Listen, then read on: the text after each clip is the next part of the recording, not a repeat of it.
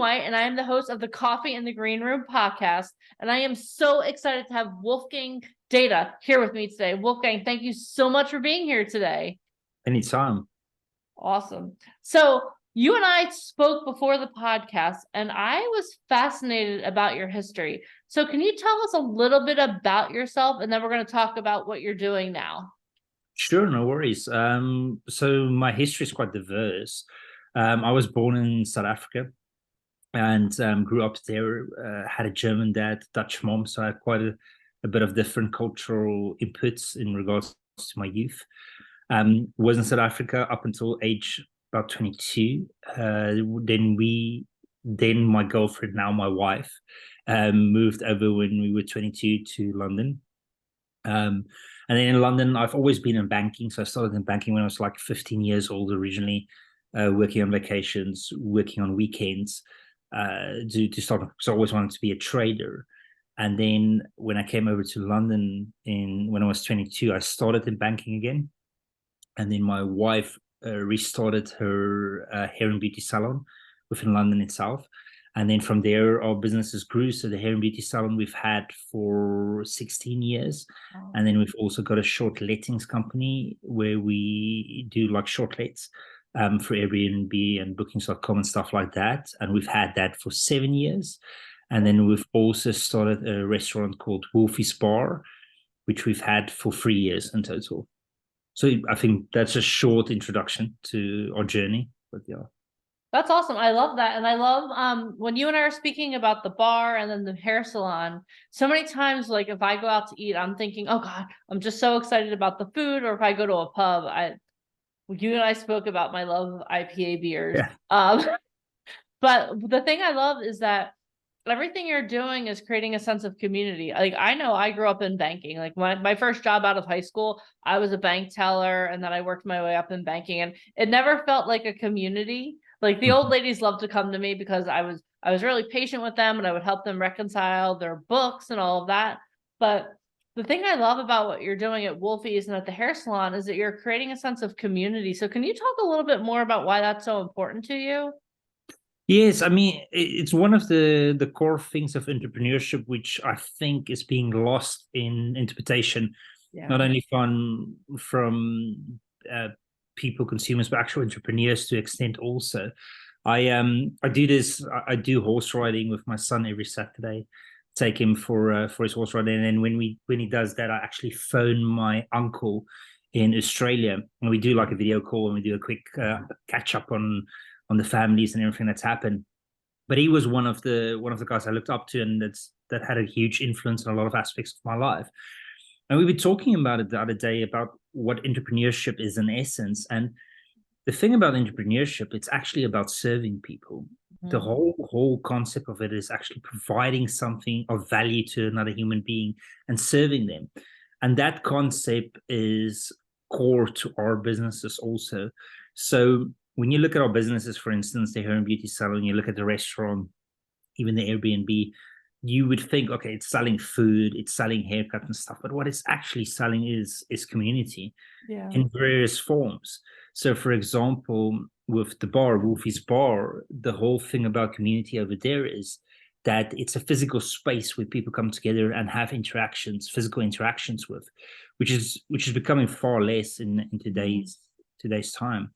And one of the things that I always notice when I'm there, I've got this huge bench in the back, and it's got a lot of people sitting there working from Wolfy's the whole day.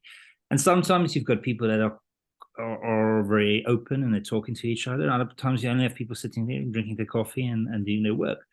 And I engage with everybody, so I always ask everybody about why they do what they do, etc. And if you really delve into the person and you start questioning, so like, why are you here? Why are you not working from home? It all comes down to one single thing, and that is that they're lonely at home, and they don't want to be lonely. They want to be amongst people, because it's core to us as humans to be that. So in essence, yes, you need to sell, you have good food and good drink and all those things in Wolfy's, but in essence, what you're selling is a place for people to come together as a community. And that's why we do things in Wolfy's specifically, where we host all community events for free. So like the resident association for the buildings and the estate gather there. the counselors, their surgeries with residents are held there. The business firms are held there. So all those things are held there, and I host it for free because it's all about being this hub where people come together and interact with each other in a physical space. And then if you look at the salon is also about community, but it's even more personal. So in essence, if you look at what my wife and the staff there do, is yes, they do nails and hair and all of those things, but there are actually that point of contact where someone comes in, and it could be that they need a human interaction of understanding of what's happening in their life. It could be that they need a human interaction of just being entertained. So joyful. So whether that is your story, so whoever's working on them, or just being that friendly interaction that you long for on every day. Yeah. Or at other times, it could be very much the same as what happens in Wolfies, where people need that human physical touch and interaction, but they don't want to talk. They want to be with themselves. So they'll be there and they'll just be quiet. But it comes back to community. So we build everything in regards to the businesses to be that type of interaction. So from how our products are and services are set up to how the places look. So if you go and look at our places, you'll see extremely warm, with real woods and real concrete steel and stuff. It's very, very homey. And we do that so that it feels like a place where you want to be and where you want to be comfortable.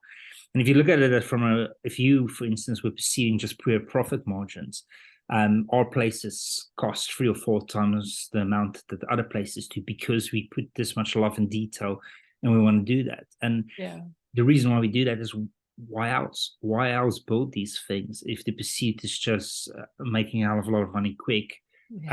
That's not what we do. What we do is we want to have something that's lasting and there for people, and give that comfort and builds those communities. So I think I hope I've explained best. You definitely did, because as you were talking, I was brought back to times in my life when one of my best friends owns a hair salon here in the United States, and I helped her start, I literally helped her paint the walls and get everything started. And together we've seen so many of the stylists come and go, you know what I mean? You see them grow up and then they move on to bigger and better things. But some of my best moments were just going down, not even necessarily to get my hair done, but just to be there with the girls. It's especially for women. I know men have barbershops and stuff like that too, but for women, it's just it's just a time to just be you can literally let your hair down, pun intended. It's great. And same thing with with a local pub too. I went through a really rough time in my life, and there was this group of people that I would hang out with every Friday in the pub. And when I'm picturing, and I haven't been to Wolfy's, but I will come to London to go see it for sure. But when I'm picturing it kind of are you familiar with the show Cheers? Yes. Yeah, that's what I'm kind of picturing, because you become a community and you're there, and it's just you kind of it's your go-to group of people. And I love that, because ever since the craziness of 2020 with COVID, I feel like we were almost torn apart, but now we're being built back together. And I love that you have communities that you're building that are bringing people back together, because the one thing we all need is a sense of community. Definitely. And you see that. I mean, COVID's done such a destructive role in our society in regards to community and how we interact with each other. Even to the extent how kids are developing at the moment, that's gone through that period. And I have a lot. I've got this one friend that comes and he drinks coffee with me every morning, and he's a very interesting guy. He's very intelligent in every way you can imagine. So he had a startup in Los Angeles where he used to build the original base code for artificial intelligent languages and stuff like that. So he's very interested in human behavior and how humans interact, and how we work as a species. And one of the things he said the other day to me, which was quite interesting, was that the thing that we've lost over the last couple of decades, and which we're moving away from, is that humans actually have physical intelligence. So all our intelligence and interactions and stuff, it's all based on physical interaction. We moved in groups, we moved in communities, we hunted together, we did everything together in that context. And we keep on taking that away from ourselves. So we're pushing ourselves in book, pushing ourselves in academic forums, we're pushing ourselves away from people, working from home, being isolated and all those things. And it's completely unnatural. We're just built like that in any way. And we need to start getting back to that and almost modernize it to a way. So I can see that people are starting to return back to these places for that need to be in touch with another human being. It is really important. It's definitely something that needs to be suggested. I know a lot of companies now, especially the big corporations, are trying to downsize their buildings, push some people back just to work from home completely. But I think the future of it is actually creating hubs which is nearer to wherever you live, which could be a bit hybrid. So it doesn't need to be a specific team if you're in a big corporation, but it could be from the same corporation or people coming together. But just so you still have that human interaction, which is so important for everything. Yeah, I remember I used to work from home solely before I started working with VIP Ignite, and I would just go to a local coffee shop, just like just a human. I have to go people. I just have to go be around people. So I love what you're doing. And you know, the other thing you said that I really appreciate is that it costs you more to run your business because you are running it for not to paraphrase, but in a humane way. Like you put the human contact first.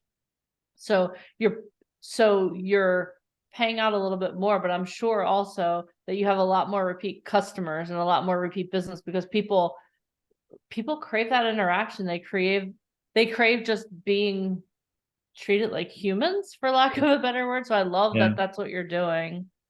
Well, we've spent so much effort on creating that environment. So, for example, we've got a coffee machine. It's called the Mavan coffee machine. Also produced in Los Angeles.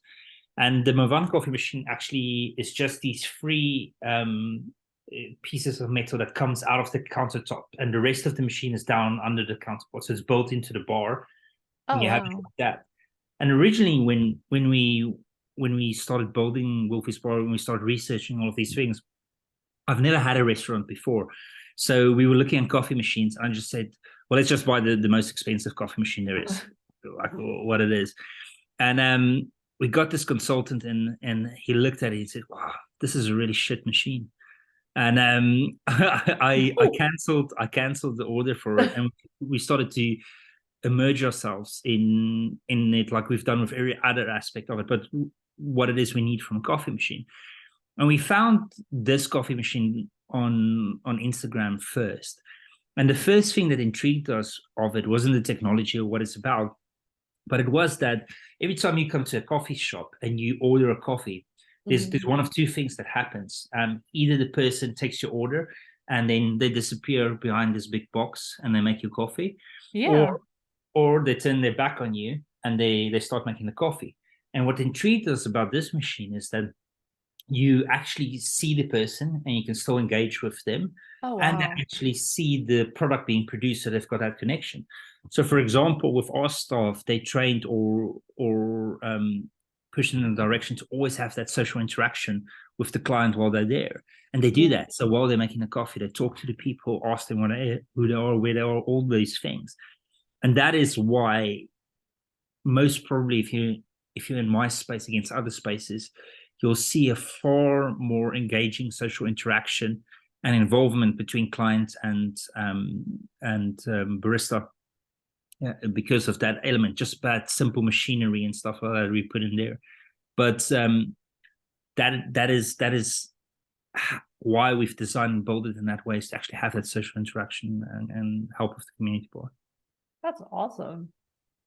I want to come to Wolfy's just so I can get a cup of coffee and see this, because now I'm like, oh my God, because that's not how my coffee shop works. They're behind the box or they're running around. I'm like, thank you. And they're like, you're welcome. And then they're running away because they have to go do the next thing. So I can't wait to come to London now. Now I have I love London, one of my favorite cities in the world, but now I really have a reason to come to London just for the coffee. And I never thought I'd say, hey, I'm coming to London for coffee, but here we are.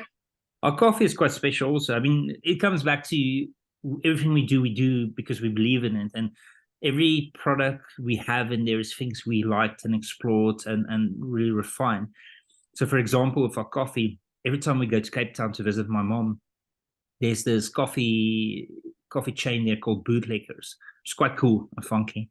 But their coffee is quite exceptional. It's extremely smooth. It's extremely palatable and stuff, and we always were in love with it. So when we came back from there, we wanted to have the same, and it was quite difficult with Brexit and everything to get things imported and exported and keep the quality, because it gets delayed for months on end.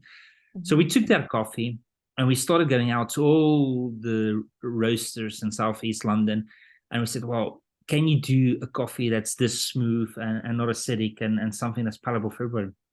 So they all started doing that, creating these coffees for us, which we can try.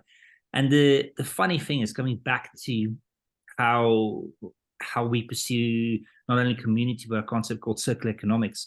So resourcing stuff as close to us as possible.